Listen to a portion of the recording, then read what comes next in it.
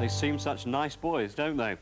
Well, that's hardly what people might say about Genesis P-Orridge, whose mixed media shows with his band Psychic TV are intended to shock and disturb. Psychic TV are a world away from glamour bands like Culture Club and Duran Duran. This is the other side of pop. Of power! Of power! Of power! Of power!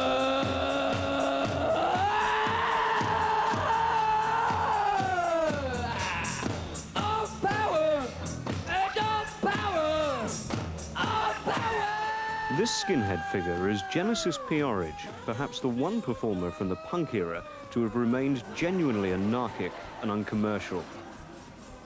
He's the man who once said he'd done everything the Sex Pistols had done without taking the money. But his origins are not what you might expect.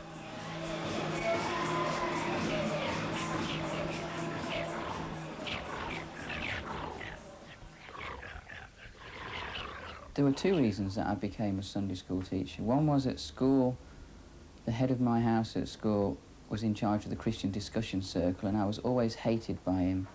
And I knew that it was a very uncomfortable position to be bullied by one of the staff.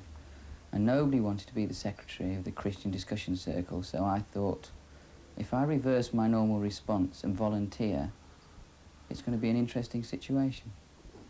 And it was. From then on, I was protected, even when I was being very mischievous, because I was the secretary of the Christian discussion circle, therefore I must basically be a nice boy. And I think that was round about the time when I learned that reversing people's expectations actually had quite a powerful and potent effect. That often bashing on the brick wall was a lot less constructive than walking round the side and shaking somebody's hand, still carrying the secret bomb in your back pocket. Orridge first let the bomb out of his back pocket in 1976 when he staged an art show called Prostitution at the ICA, which exploded, not entirely as he planned, in the headlines. Because of this experience, he moved away from the more elitist art world and towards the avant-garde of rock. I don't blame the public for being very suspicious of the art world at all. Although it's a shame, I think that in the majority of cases they're quite right to say that most of it is a joke. But what did Orridge himself think of the rumpus his show caused in the public? My sympathy rested with the man in the street.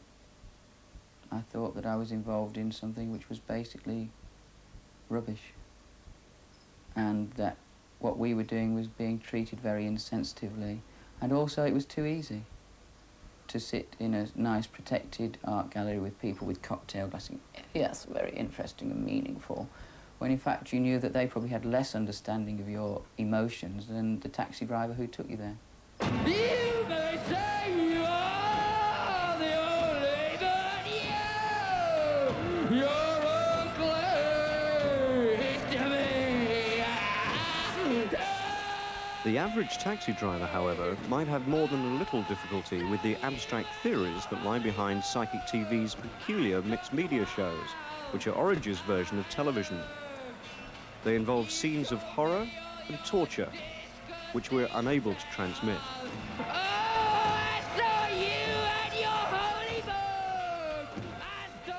Perhaps we're the first group which are doing truly surrealist television, in that we are using television to investigate the subconscious and the unconscious.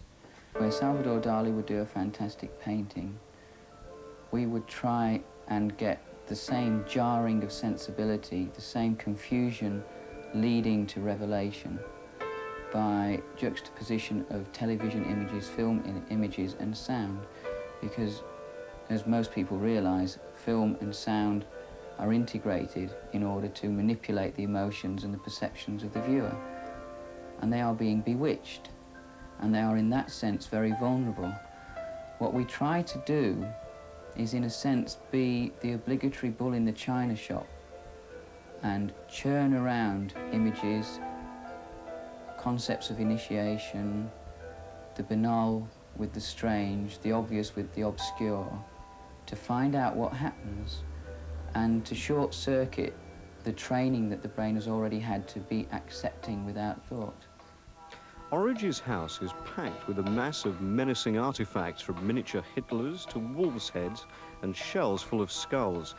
But it all seems at odds with the quiet domestic life he leads with his wife Paula and daughter Caress.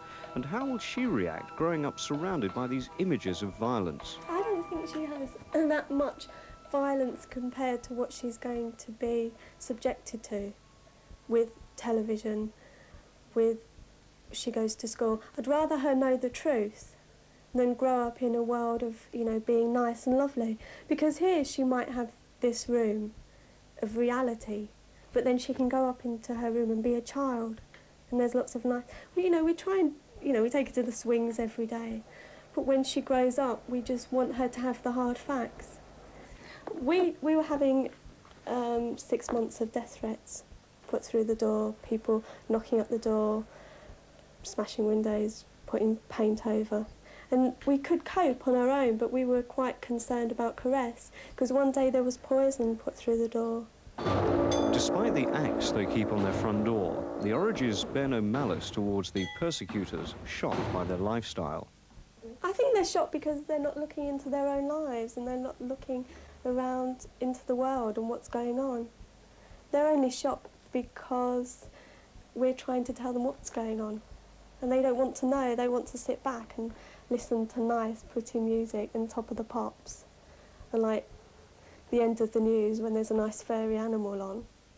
You know, they can think, oh God, you know, it doesn't matter if there's a world war going on in El Salvador, we can carry on with our lives.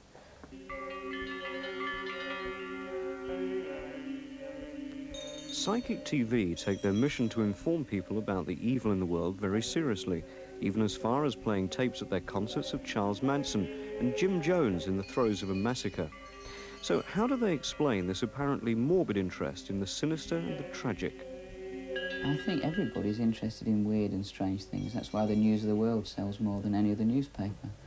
It's full of rape, and it's full of decadence, and it's full of corruption, and yet it pretends to be on a platform of indignation. And I think that as an example, in a way, sums up one of the basic problems that we have in this country and in a lot of other countries, which is that people actually commercially exploit the bizarre or the tragic whilst pretending to be indignant about it. And then if an artist or a musician tries to deal with the same subjects, they are immediately accused of approving of those subjects. Approve or not, psychic television has created a weird cult called the Temple of Psychic Youth, which appears to be a loose association of people who share interests and lifestyles similar to those of Mr. and Mrs. P. Orridge, and a desire, like theirs, to flout convention. Orridge maintains that neither PTV nor his previous group, Throbbing Gristle, have ever sold out.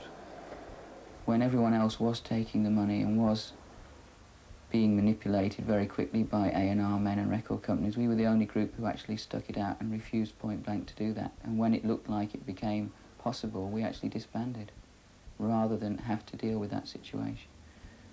And even now, we're still in the same position. We're still the outlaws. We're still the scapegoats.